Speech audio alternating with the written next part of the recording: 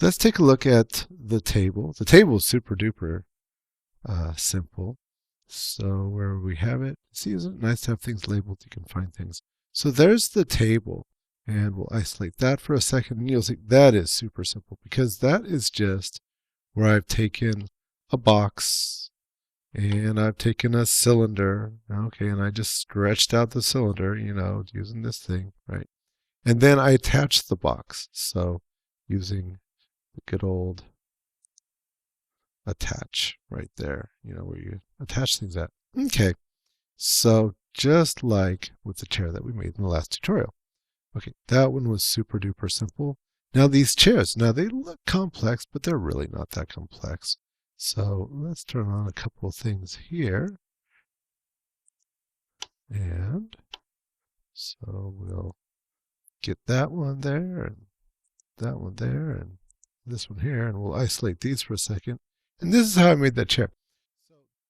This is a chamfer box. It's a really super nice primitive to know. But where do we find it? Well, if we go over here to the Create tab, and we go, not in our standard primitives, you won't find it there, but many of you guys have already fooled around, gone down to the extended primitives. That's where you'll find it.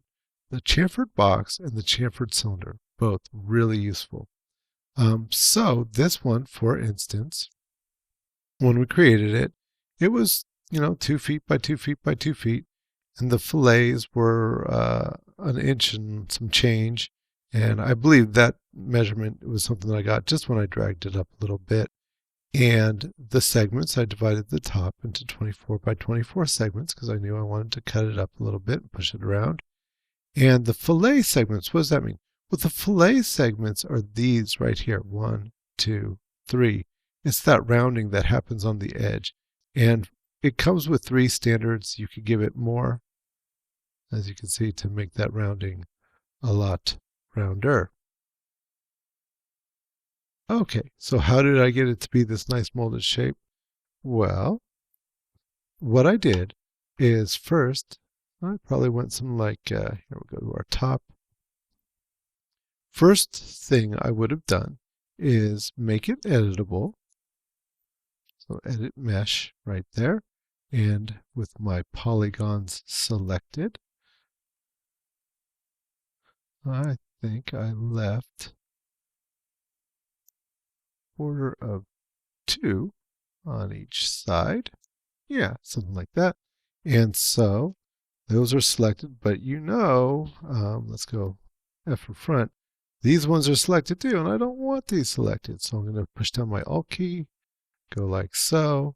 And then from there, what I can do is I could just go ahead, bring this down. Boom! Instant sort of office chair. And then the cushions, that's super easy. I mean, that's just another chamfer box that I made to fit it. And that's all that those are. So you can see that's a pretty simple sort of scene that I've created, right? I've got my set, and I've got a few things that I put on the walls to make it kind of groovy. I've got a little table here that I've made by just attaching a couple of objects, and here where I just pushed and pulled primitive around, and then I even added another object here just to make it a little bit better. In other words, the cushion. All right, finally what I did is I added a camera. Let's go back. Here's the top view, and let's go here. We'll make this our, well, that's the top view. Here's our front view, and here's our perspective. And you can see here's my camera right here. So what I did is when I was in my perspective, I just went ahead and I zoomed in and zoomed around and found a thing that I liked. But first, wait a minute, but first let's back up. And I went to my render setup, and I made sure that my aspect was right. Okay, how tall, how wide my picture screen was. And I put it on HDTV, right? And I made it, this one, 1280 by 720 is what I want for taking this picture. Okay. Anyways, and so I happen to have a camera right here. You can see it. There it is in all its glory. And there's the picture. And so then what I would do when I'm all done with making my scene is I'm going to take a picture of that, render,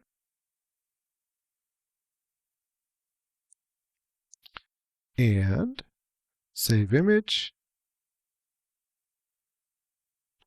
and make sure I'm in the right place. In the T drive, I'm going to be in art, and I'm going to be in period 1, or period 2, or 3 if it happens to be. And so here's the project folder to turn that in. So project 2A, my scene. And there you go. You can see I've saved a copy of it already. It's my last name, my first name, the period, and I call it my scene. Okay, that's how I want you to save it. But please follow the format. When I lay out a naming thing, it just makes everything easier. Okay, so cancel that, but you just hit save, and you know how to go from there. All right, so here's just another example, because kids, right? If I put up one example, they'll do just that. And so I wanted to give you at least one more, but I want you to just do it yourself. Have some fun with it. Here's another example.